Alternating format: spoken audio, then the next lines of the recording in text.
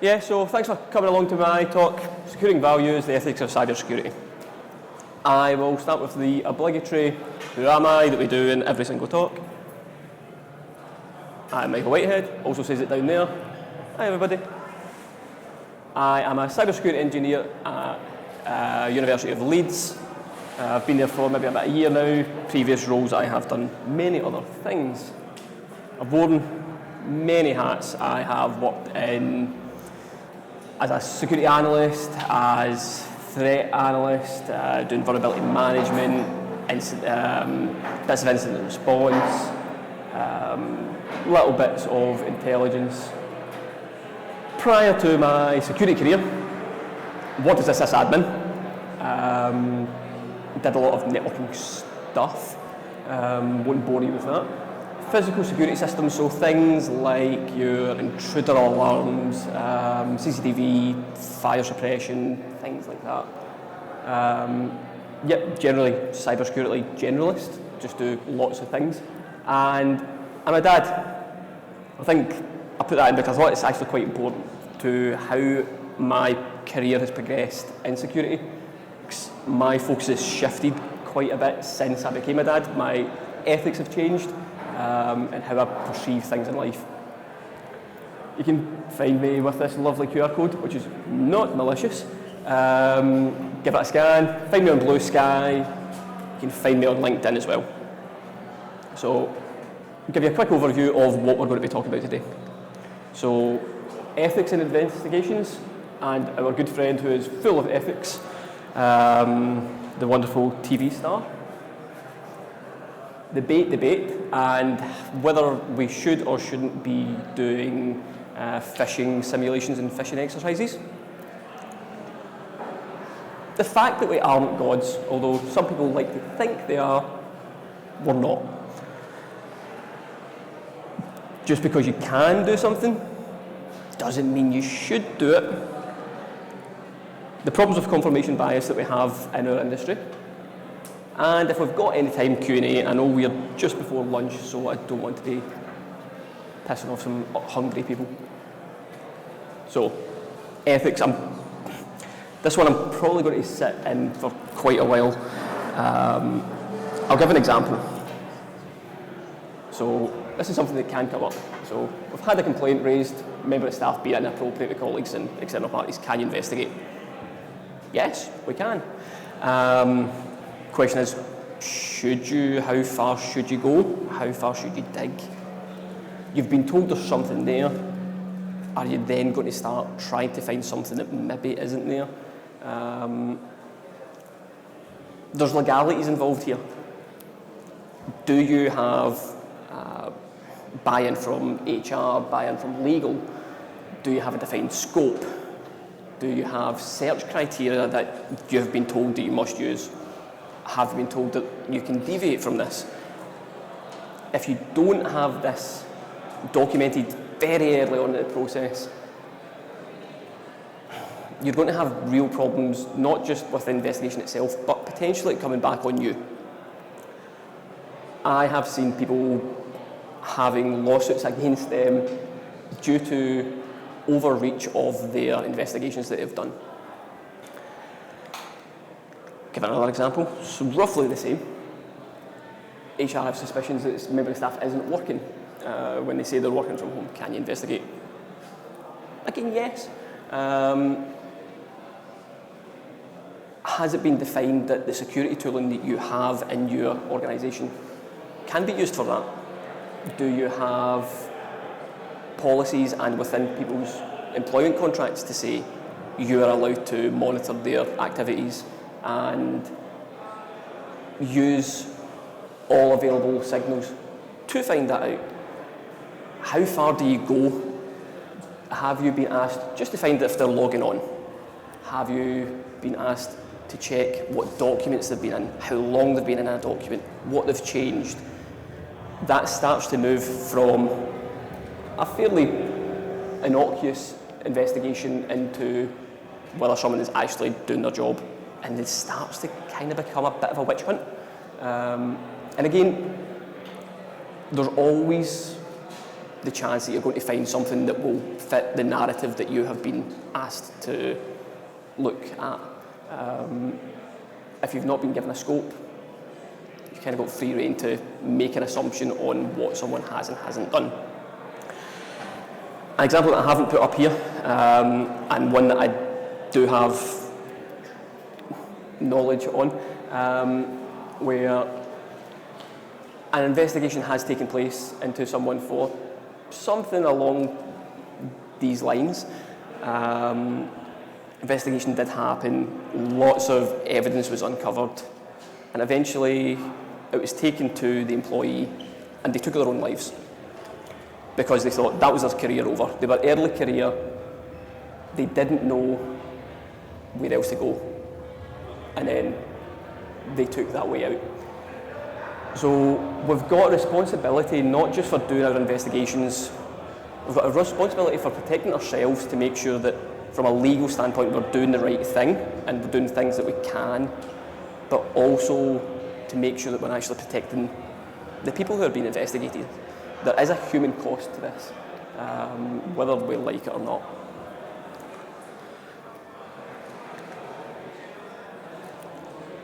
Talking about the human cost on this, fishing exercises.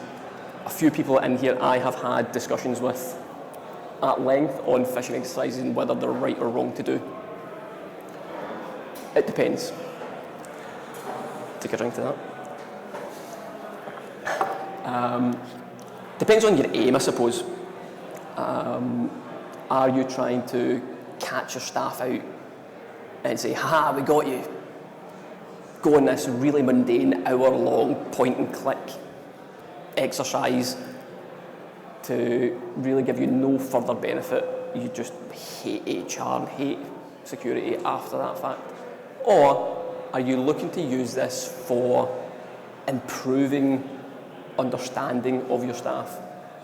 It's quite nuanced, but if you frame it a different way, you will get so much more buy-in when you're doing a fishing investigation. I would say there's a caveat in times where I think you shouldn't do it, and give an example. So, this one here. Oh, you can't read it. This essentially was an email from the Chicago Tribune. They are a newspaper out of Chicago, funnily enough. And essentially what they've done was they sent a fairly bland email to all of their staff to say, "You have done really well, we've been cutting costs, we're going to give you $5,000 to $10,000. Looks fairly obvious. You would think, yeah, people shouldn't get caught out with that. But there's a few factors at play here. This was during an epidemic called COVID-19. I don't know if you know about this, but it didn't really get much news attention. But this happened during COVID, so this is a time when journalists are fearful of their jobs because they're potentially going to be furloughed or just get made redundant.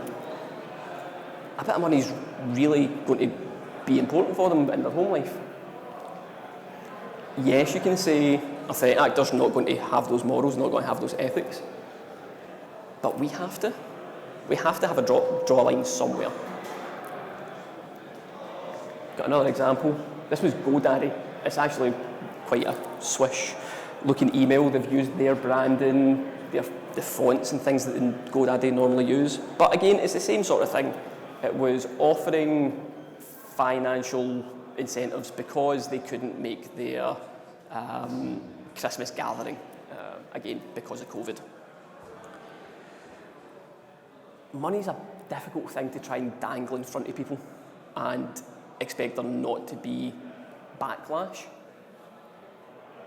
especially when you're getting them to click the links and it's flashing up, "Ha, we got you, screw you." Make it more engaging that, "Yeah, we got you, better luck next time." Maybe gamify it, something like that, where you're not instantly putting their backs up. I would say, personally, I think there's time and place for it. This was not the time nor the place. Yeah, we aren't gods. Lots of people like to think they are because they are the all-encompassing security team. We're not. We're human beings. We are just another department in another organisation. We may have higher rates than some people. Other people might have higher rates than us. It's not a pissing contest. I would probably say in some organisations, less mature organisations maybe, security teams tend to get quite extensive permission sets that they probably don't need. Sometimes they're given it, often they demand it. They say, we must have it because we must have this. Just in case there's an incident, we have to run in and save the day with our capes after we put our hoodies on. But we don't need it, realistically. We need policies and we need processes in order to gain those permissions. Just having them in itself is a risk. It's a risk for our accounts being exploited, being targeted. There's the ethical risk as well. I would say definitely we have to have the processes in place to allow us to do this in case we have to. Hopefully we're a big enough organisation that we have incident response teams and a CSERT and things like that. Smaller organisations won't, but we can still follow the same process and the same methodologies.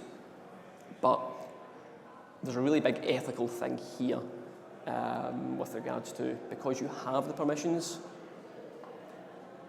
you might be able to do something with it. But just because you can doesn't mean you should.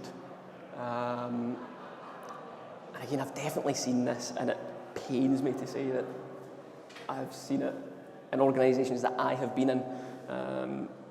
Thankfully not where I am just now. We're all wonderful. Give you a bit of an example here. So, got local admin rights for incident response. Well, I'll have to fuck about with somebody's PC. Yes, I have seen this. Yes, I have walked around a room when someone's machine's blue screen and gone, oh, this is the 5th time today. It's like, yeah, security don't like you. Might be funny for you. You're wrecking someone's working life. You are stopping them being able to do their job. Potentially, if they're not hitting targets, they could get put in a pit, they could get reprimanded, they get fired. Is it a laugh? Don't think it is. Yeah.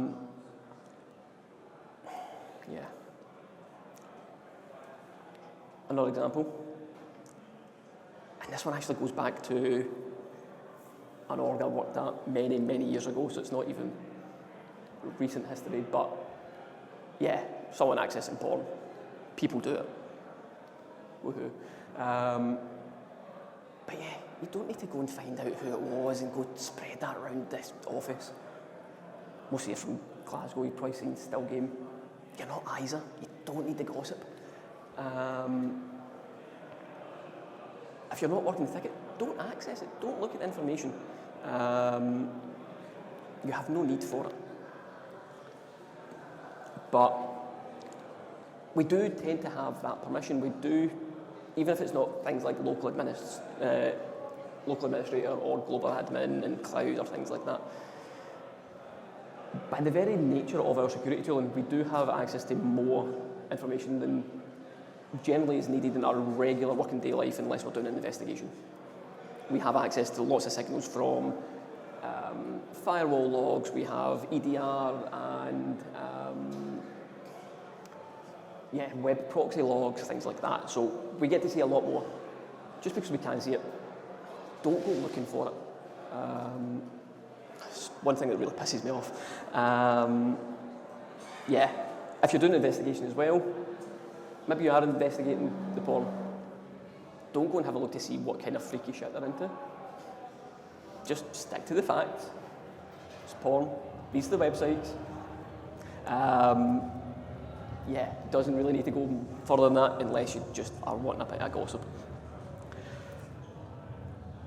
Another thing that I didn't actually put an example up of is past behaviours.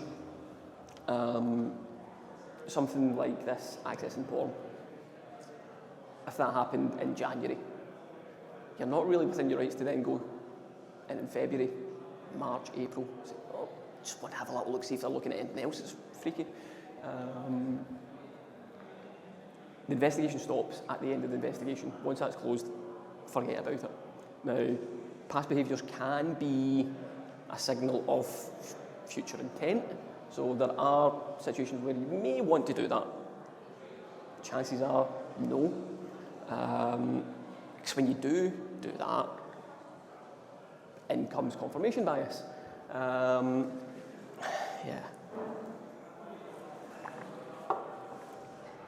You'll start looking for the signals that fit your narrative, what you think. It's, oh, he's been trying to dump Elsass, so he must be doing something else. Bad example, because that is really bad. Don't do that. But yeah, he's been accessing these websites that he shouldn't. He sent a dodgy email that maybe was bordering on an HR offence. Let's go do a message track to see if he sent any other emails, who else he sent it to, find out if somebody else has his same views. Eventually, if you go down that rabbit hole enough, you're going to find something. But then that comes back to making sure, if you're doing an investigation, you have to make sure there's a defined scope, so you know where the start and the end is. I've seen that happen too many times, where people will find something that's kind of adjacent, and then they'll modify the scope. They'll then say, oh, actually, we're not just looking for that, we're looking for this as well. And then they find something else here. Oh, so we're looking at this. And before you know it, you're looking at their entire history, what they do, not just based on that individual investigation. I found that quote from Warren Buffett quite good. It's true. Often we will have a preconceived notion of what is fact and stick to it. It's not often that people will actually be completely impartial all the time from day one. I say to the wife, yeah, I'm always right. I'm not. But if I go back in our history far enough, I'll find some argument that she made that contradicted the one that she made just last week, and that's me off the hook. It doesn't work that way. There's a limit in how far you actually go to stop your biases. And I've actually rattled through that quite quickly, so I'll open the floor to any Q&A, or if people want to just go eat and just grab me at lunch, feel free. Awesome. Oh, there we go. Yep. Do you say there's any value in an organisation having a separate ethics policy? 100%, yeah. Yeah, so the question was essentially on whether there's value in companies having a separate ethics policy, and I 100% do believe that there is value in that. Because then it puts it in black and white. It says exactly what the limits are. And not just giving people limits, it gives them the expectation of how they should be working and how they should portray themselves in their working organisation. Yeah, I think having that would go a long way to stopping a lot of these things happening. Yeah. There you go. What would be your examples of places to look for the templates or the exemplars of? What would be your places to look for the templates or exemplars of ethics to apply to a business context or some organization? Pay a lawyer. So you wouldn't be saying look at the ACM or the BCS or anything like that. You'd be saying go figure out your legal situation rather than looking at like the more like either aspirational or professional organizations. Yeah, so there will be in certain industries there will be things that cater for their specific industry, because there are lots of different ethical dilemmas based on whether you work in healthcare or if you work in specific types of research. So there may be industry bodies or frameworks, regulations that you can adopt or modify to sort of fit your needs of your organisation. But always, yeah, once you've got that, don't just think that's fine. I would say get it written, get it in place, give it to a lawyer, make sure it's tight, because you don't want there to be some HR issue with it, or some sort of loophole that if something happens later down the line, somebody can say, well, the ethics policy technically doesn't say this. So because it doesn't say it, that means I technically can do it. It opens it up for interpretation. So yeah, kind of get it ironclad where you can. Any other questions for Mike? Or are you all too hungry to just want to run away? I'm going to take that as that. Well, everyone give Mike a big round of applause. That was an amazing talk.